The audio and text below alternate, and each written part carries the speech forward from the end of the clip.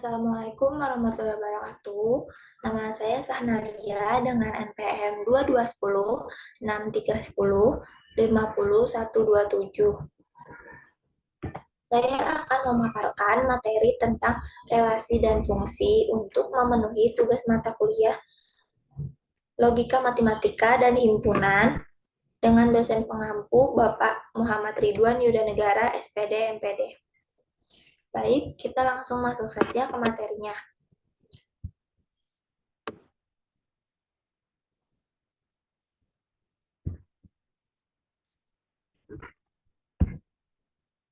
Relasi. Relasi adalah hubungan antara dua himpunan dengan himpunan yang lainnya. Relasi dinotasikan dengan R, anggota himpunan A dikali B. Ini dibaca R relasi anggota himpunan A kali B. Dapat kita lihat ada di gambar. Jadi dari gambar dapat disimpulkan relasi dari himpunan A ke himpunan B adalah hubungan atau kaitan yang memasangkan anggota-anggota himpunan A dengan anggota himpunan B. Jadi di sini bisa kita lihat satu dipasangkan dengan 2, satu dipasangkan dengan 3, satu dipasangkan dengan 4, 2 dipasangkan dengan 2, 2 dipasangkan dengan 4, dan 4 dipasangkan dengan 4. Selanjutnya ada representasi relasi. Representasi relasi dengan diagram panah. Di sini ada Amir, Budi, Cecep, dan kode mata kuliah mereka IF. Amir mengambil IF 251, Amir mengambil IF 323, Budi mengambil IF 221 dan IF 251, Cecep mengambil IF 323. Selanjutnya ada representasi relasi dengan diagram Kartesius. Bisa kita lihat di sini gambarnya. Selanjutnya ada representasi relasi dengan tabel. Sini ada tabel A dan juga tabel B. Tabel A ini dari daerah asal atau yang disebut domain, dan daerah B ini disebut kodomain. Nah, di tabel 2 juga sama. P disebut domain dan Q disebut kodomain, di mana 2 pasangkan dengan 2, 2, 4, 4, 4, 2, 8, 2, 8, 3, 9, 3, 15. Dan terakhir ada representasi relasi dengan pasangan berurutan. Relasi dari A ke B dapat dinyatakan dalam pasangan terurut. Relasi Alang mengambil IPA, Dodo mengambil matematika, Dodo mengambil kesenian juga, Rido bahasa Inggris, Leonor bahasa Indonesia, Gavi penjaskas. Itu dia representasi relasi. Selanjutnya ada jenis-jenis relasi. Jenis-jenis relasi ada yang pertama itu ada relasi inverse, kedua ada relasi simetrik, ketiga ada relasi refleksif, keempat relasi antisimetrik, dan yang terakhir ada relasi transitif. Jadi kita paparkan dulu. Yang pertama ada relasi inverse. Relasi inverse itu misalkan R adalah relasi dari himpunan A ke himpunan B. Inverse dari R yang dinyatakan dengan relasi dari B ke A yang mengandung semua pasangan terurut apabila dipertukarkan masih termasuk dalam R. Jadi ditulis dengan notasi R min 1 sama dengan B A bagi A B relasi. Ini dibacanya inversi dari R sama dengan BA bagi AB inversi. Contohnya, A sama dengan 1, 2, 3. B sama dengan XY. R sama dengan 1X. Jadi R-nya itu 1X, 1Y, 3X. Nah, relasi dari A ke B. Nah, inversi relasinya sama dengan X1, Y1, X3. Relasi inverse dari B ke A. Selanjutnya ada relasi simetrik. Misalkan R sama dengan A, B, P, X, Y, suatu relasi R disebut relasi simetrik. Jika tiap A, B relasi R berlaku BA relasi. Dengan istilah lain, R disebut juga relasi simetrik. Jika A relasi simetrik B berakibat B relasi simetrik A. Contohnya, setiap kali menemukan pasangan, misalnya A, B, carilah apakah B, A juga. Kalau ternyata tidak ada, pasti relasi itu tidak simetri. Selanjutnya ada relasi reflektif. Misalkan R sama dengan A, P, X, Y suatu relasi. R disebut relasi reflektif. Jika setiap A berlaku AA relasi reflektif. Dengan kata lain, R disebut relasi reflektif jika tiap-tiap anggota pada A berelasi dengan dirinya sendiri. Contohnya, ada relasi reflektif diketahui A sama dengan 1, 2, 3, 4. Dan R 1, 1, 2, 3, 3, 3, 4, 2, 4, 4. Nah, apakah R ini relasi refleksif? Nah, R ini bukan relasi refleksif karena dua-dua tidak termasuk dalam R.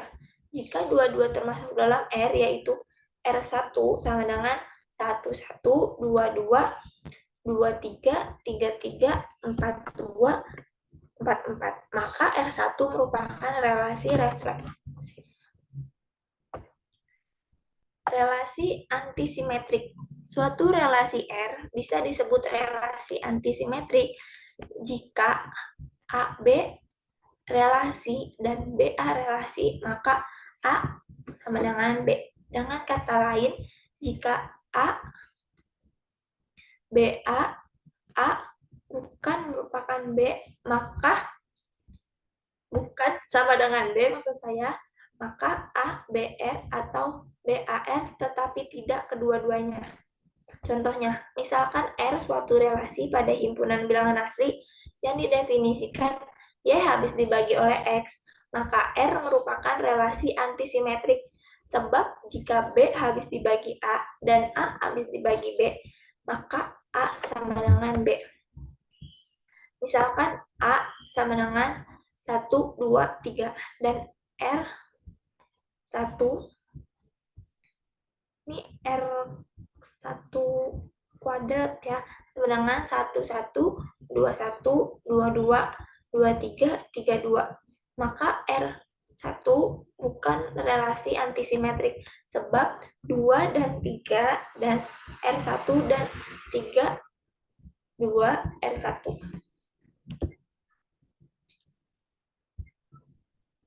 Selanjutnya ada relasi transitif.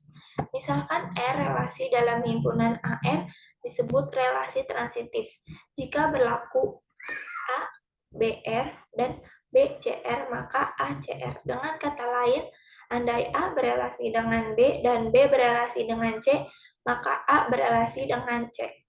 Contohnya, misalkan A sama dengan ABC dan R sama dengan AB, AC, BA, CB, maka R bukan relasi transitif.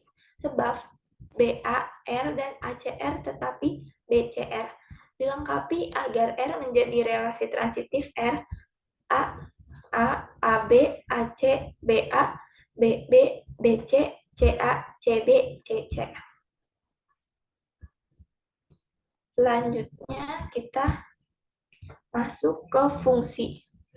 Jadi fungsi itu suatu relasi khusus yang memasangkan setiap anggota daerah asal A atau yang disebut domain tepat satu anggota kawan B, kodomain. Dinotasikan dengan F bagi A sama dengan B, yang artinya F yang bisa dibaca dengan F memetakan A ke B. Ini bisa kita lihat dari gambar X, Y. Dari gambar dapat disimpulkan Setiap anggota X mempunyai pasangan di Y. Setiap anggota X dipasangkan dengan tepat satu anggota di Y. Dapat kita lihat di gambar X. Ini X disebutnya domain dan Y disebut kodomain. X anggotanya 1 dipasangkan dengan tepat 1 di Y, yaitu D. 2 dipasangkan dengan B, 3 dipasangkan dengan C, 4 dipasangkan dengan A. Representasi fungsi. Fungsi ini sama dengan relasi, fungsi juga mempunyai representasi diagram, panah, diagram kartesius, tabel, dan pasangan berurutan.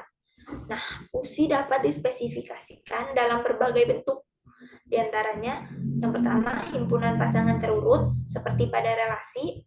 Yang kedua, ada formula pengisian nilai assignment. Yang ketiga, ada kata-kata. Yang keempat, ada kode program atau source code. Sini ada jenis-jenis fungsi. Jenis-jenis fungsi ada 6.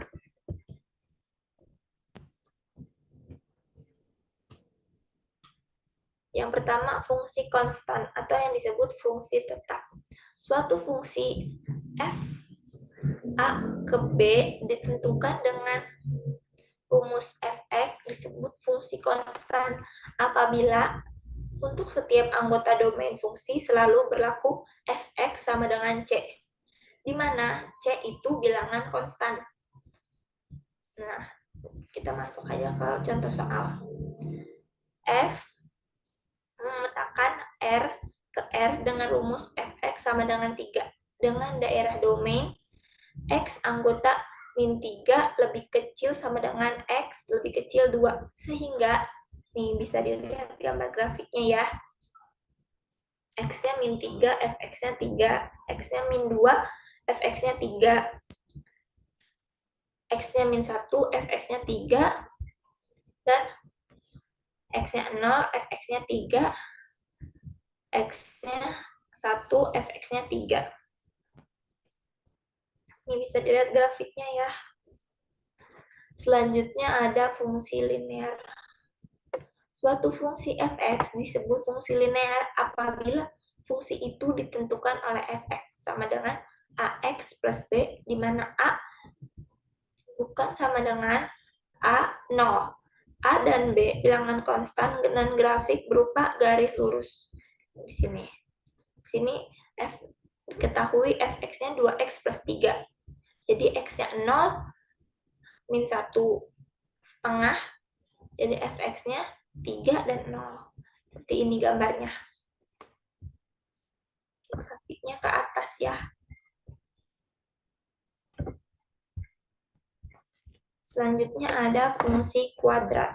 Suatu fungsi fx disebut fungsi kuadrat apabila fungsi itu ditentukan oleh fx ax kuadrat plus bx plus c, di mana a bukan merupakan 0 dan a, b, dan c bilangan konstan dan grafiknya berupa parabola. Ini di sini contohnya fungsi f ditentukan oleh fx sama dengan x kuadrat plus 2x min 3. Bisa digambarkan grafiknya seperti ini ya. Selanjutnya ada fungsi identitas. Suatu fungsi fx disebut fungsi identitas apabila setiap anggota domain fungsi berlaku fx sama dengan x, atau setiap anggota domain fungsi dipetakan pada dirinya sendiri. Grafik fungsi identitas berupa garis lurus yang melalui titik asal dan semua titik absis maupun ordinatnya sama. Fungsi identitas ditentukan oleh fx sama dengan x.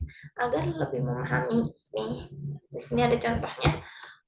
Fungsi pada R didefinisikan sebagai fx sama dengan x untuk setiap x. Maka carilah f min 2, f0, f1, dan f3. Lalu gambarkan grafiknya. Nah, di sini ada ya, f-nya min 2, x-nya min 2, f-nya min 2, f-nya 0 sama dengan 0, f1 sama dengan min 1, f3 sama dengan 3. Bisa kita lihat contoh gambarnya di sini.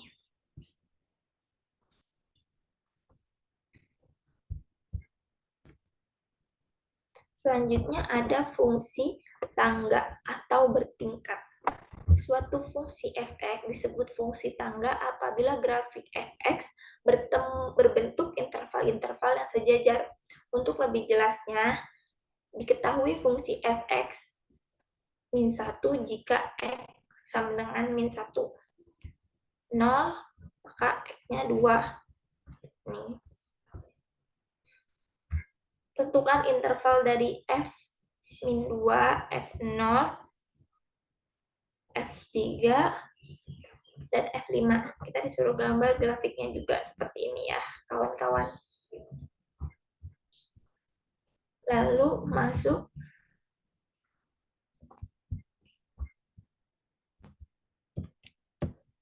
fungsi yang terakhir, yaitu fungsi modulus.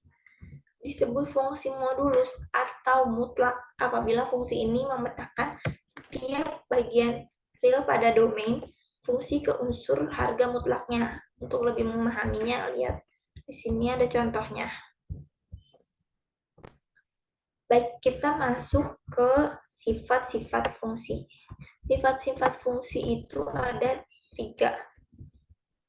Yang pertama ada fungsi injektif atau satu-satu. Jika fungsi f memetakan A ke B, setiap B anggota himpunan B, maka mempunyai satu kawan saja di A. Maka fungsi itu disebut fungsi satu-satu atau injektif. A ke B setiap mempunyai satu kawan saja di A. A satu kawan, B satu kawan, C satu kawan. Ini sebutnya fungsi injektif. Seperti ini contohnya. Nah, kalau misalnya dari A mempunyai 2 kawan, dari B mempunyai 2 kawan, itu bukan injektif. Selanjutnya ada fungsi surjektif. Pada fungsi F, A ke B setiap B, anggota B mempunyai kawan di A, maka F disebut fungsi surjektif atau onto. B mempunyai kawan di A, B mempunyai satu kawan di A, maka disebutnya onto. Ini bukan merupakan surjektif, karena ini disebutnya injektif ya. Selanjutnya ada fungsi bijektif atau korespondensif satu-satu. Suatu fungsi yang bersifat injektif sekaligus surjektif disebut fungsi bijektif atau korespondensi satu-satu. F memetakan A ke B, ini disebutnya fungsi bijektif karena memetakan satu-satu B.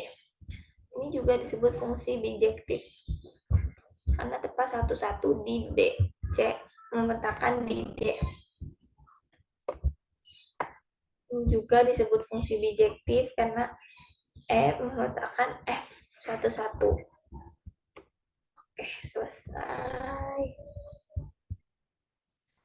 Terima kasih atas perhatiannya. Mohon maaf jika ada kesalahan atau salah-salah kata. Assalamualaikum warahmatullahi wabarakatuh.